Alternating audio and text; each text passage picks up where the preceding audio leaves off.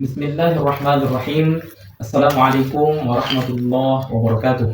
Alhamdulillah wassalatu wassalamu ala Rasulillah Sayyidina wa Maulana Muhammad bin Abdullah wa ala alihi wa ashabihi wa mawalah wa ba'd. Teman-teman sekalian, di pertemuan ketiga dari mata kuliah Filsafat Pendidikan Islam ini, kita akan membahas tentang lembaga pendidikan Islam dan tantangan modernisasi. Pada kali ini kita akan bagi menjadi dua pembahasan. Yang pertama adalah kita akan membahas tentang bentuk-bentuk lembaga pendidikan Islam. Yang kedua kita akan membahas tentang tantangan modernisasi lembaga pendidikan Islam. Nah, teman-teman sekalian, yang pertama adalah bentuk-bentuk lembaga pendidikan Islam. Hari ini paling tidak kita mengenal ada 3 bentuk lembaga pendidikan Islam yang kita bisa lihat dan kita bisa temukan di berbagai tempat.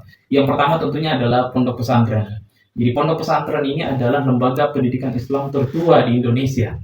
Artinya sebelum ada madrasah, sebelum ada sekolah-sekolah yang berbasis Islam, maka pondok pesantren lebih dulu sudah ada menjadi pionir utama bagi pengajaran agama Islam. Pondok pesantren sendiri adalah lembaga pendidikan Islam yang berbasis asrama, sebagaimana kita ketahui bersama, di mana di dalamnya ada santri, kemudian dipimpin oleh seorang kiai, dan dibantu juga oleh beberapa pembina atau beberapa ustadz-ustadz. Dan kurikulumnya itu adalah kurikulum yang sangat tradisional, di dalamnya diajari kitab gundul, ya, dikenal dalam tradisi pesantren dengan kitab kuning, kitab-kitab yang berbahasa Arab yang diajarkan melalui beragam metode, entah itu metode talaki, sorogan, dan lain-lainnya.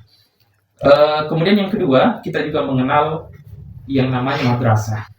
Jadi begini teman-teman sekalian, pesantren sebagai pionir pertama dan utama bagi pengajaran agama Islam untuk mentransmisikan nilai-nilai keislaman, pendidikan akhlak, ini kemudian berhadapan langsung dengan sekolah-sekolah yang nuansanya umum. Sekolah-sekolah yang berbasis umum, yang belajar di dalamnya pelajaran-pelajaran umum, tapi minim sekali dari pelajaran-pelajaran agama. Nah, untuk mengkombinasikan antara sistem pendidikan Islam tadi, yang berbasis pesantren dengan sistem pendidikan umum, yaitu sekolah-sekolah umum, kemudian diintegrasikan ya untuk memecah kebuntuan itu, menghilangkan ketegangan antara pesantren dengan sekolah-sekolah umum, kemudian digabungkan, dikombinasikan, lalu berdirilah satu lembaga pendidikan Islam yang kita sebut dengan istilah madrasah. Jadi di madrasah itu adalah sekolah agama, tetapi di dalamnya juga diajari pelajaran-pelajaran umum, mulai dari matematika, bahasa Inggris, fisika, kimia, dan pelajaran-pelajaran Islam. Madrasah ini menarik teman-teman sekalian, karena kehadiran madrasah ini awal-awal kemunculannya itu lebih karena para pembelajar muslim ya, para pelajar-pelajar muslim itu yang pergi ke Timur Tengah sana, pergi ke Arab Saudi, belajar di Mesir, yang kemudian bersentuhan langsung dengan para intelektual muslim Timur Tengah, para pembaharu-pembaharu muslim, para modernis muslim, yang kemudian para santri-santri Indonesia tadi ini ketika mereka kembali ke Indonesia, lalu mereka terinspirasi untuk mendirikan satu lembaga pendidikan yang bukan hanya saja mengajarkan pelajaran agama, tapi juga diintegrasikan dengan pelajaran umum. Maka berdirilah yang namanya madrasah. Ya. Kalau dalam sejarah itu tercatat bahwa madrasah yang pertama itu ada di Sumatera, namanya Madrasah Adabiyah.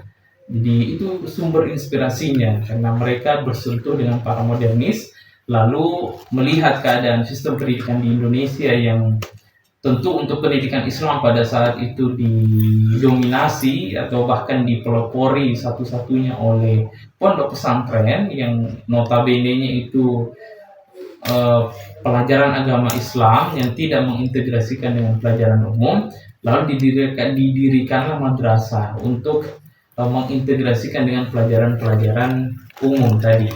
Nah, teman-teman sekalian, kemudian berikutnya adalah sekolah Islam terpadu. Ya. Jadi tadi yang pertama adalah pondok pesantren, yang kedua adalah madrasah. Nah, di era tahun 80-an ini mulai muncul istilah sekolah Islam terpadu. Kenapa muncul sekolah Islam terpadu?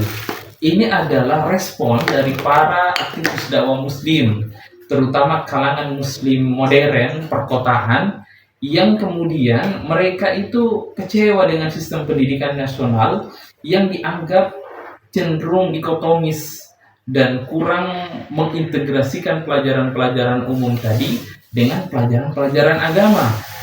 Nah, respon mereka terhadap kondisi tadi sebagai bentuk solusi daripada kekecewaan mereka terhadap sistem pendidikan nasional, lalu mereka munculkanlah sebuah lembaga pendidikan Islam yang dia di bawah naungan sistem Kementerian Pendidikan dan Kebudayaan, ya, Kementerian Pendidikan dan Kebudayaan, yaitu namanya sekolah, seperti sekolah dasar, sekolah menengah pertama, sekolah menengah atas, tetapi ada embel-embel terpadu di belakangnya, yaitu sekolah dasar Islam terpadu misalnya, atau sekolah menengah pertama Islam terpadu. Nah, teman-teman sekalian, bagian kedua pembahasan kita adalah tentang tantangan modernisasi lembaga pendidikan Islam. Ada beberapa tantangan modernisasi lembaga pendidikan Islam hari ini. Yang pertama adalah tantangan kurikulum dan epistemologi. Teman-teman, di dalam dunia pendidikan Islam itu ketegangan antara ilmu agama dan ilmu umum itu masih terasa. Jadi dikotomisasi antara ini ilmu umum dan itu adalah ilmu agama, atau ini ilmu agama dan itu adalah ilmu umum, itu masih terasa. Makanya di perguruan tinggi Islam itu sekarang yang menjadi salah satu kampanye utamanya adalah integrasi keilmuan. Bagaimana pelajaran-pelajaran agama itu bisa diintegrasikan dengan pelajaran-pelajaran umum. Jadi ketika orang belajar IPA, ketika orang belajar kimia, bukan hanya murni sains yang dipelajari, tetapi juga ada pelajaran akidah di dalamnya, mungkin ada pelajaran akhlak bahkan di dalamnya. Kemudian yang kedua adalah tantangan teknologi dan digitalisasi. Sekarang ini dunia yang serba digital, maka menuntut para lembaga pendidikan Islam untuk merespon, mampu beradaptasi terhadap digitalisasi tadi. Hari ini pembelajaran terutama pasca COVID kemarin itu kan mulai ada pembelajaran, istilahnya itu pembelajaran online, daring ya, dalam jaringan ya kita kenal biasanya. Bahkan sekarang ini mulai muncul perguruan-perguruan tinggi yang menawarkan perkuliahan secara PJJ, pendidikan jarak jauh. Jadi kita bisa kuliah di kampus yang ada di Jawa, bahkan di luar negeri sana, tapi kita tidak pergi ke sana, kita cukup ada di tempat kita sendiri, di rumah kita bahkan. Yang penting ada di depan kita, ada laptop, ada handphone kita, dan kita sudah bisa kuliah secara online. Itu adalah contoh bagaimana lembaga pendidikan Islam itu betul-betul merespon perkembangan teknologi digitalisasi tadi dengan baik. Kemudian yang berikutnya adalah tantangan ideologi dan globalisasi. Pluralitas, keberagaman, itu harus dijawab oleh lembaga-lembaga pendidikan Islam tadi dengan selalu mengajarkan nilai-nilai toleransi, nilai-nilai wasatiyah, moderasi beragama. Nah, teman-teman sekalian, sebagai penutup, tantangan modernisasi ini bukanlah halangan ya bagi kita sebagai lembaga pendidikan Islam. Melainkan ini adalah momentum bagi kita, terutama orang-orang yang bergelut dalam lembaga pendidikan Islam, untuk selalu berinovasi dan membuktikan bahwa dirinya itu terus relevan sesuai dengan kebutuhan zaman. Maka solusinya terletak pada penguatan landasan filosofis pendidikan Islam yang berorientasi pada integrasi ilmu, penguatan akhlak, dan adaptasi terhadap perubahan-perubahan yang ada. Berikutnya, saya berikan kepada para mahasiswa ada beberapa pertanyaan. Silahkan nanti pertanyaannya dijawab dan dikumpul pada adlink masing-masing.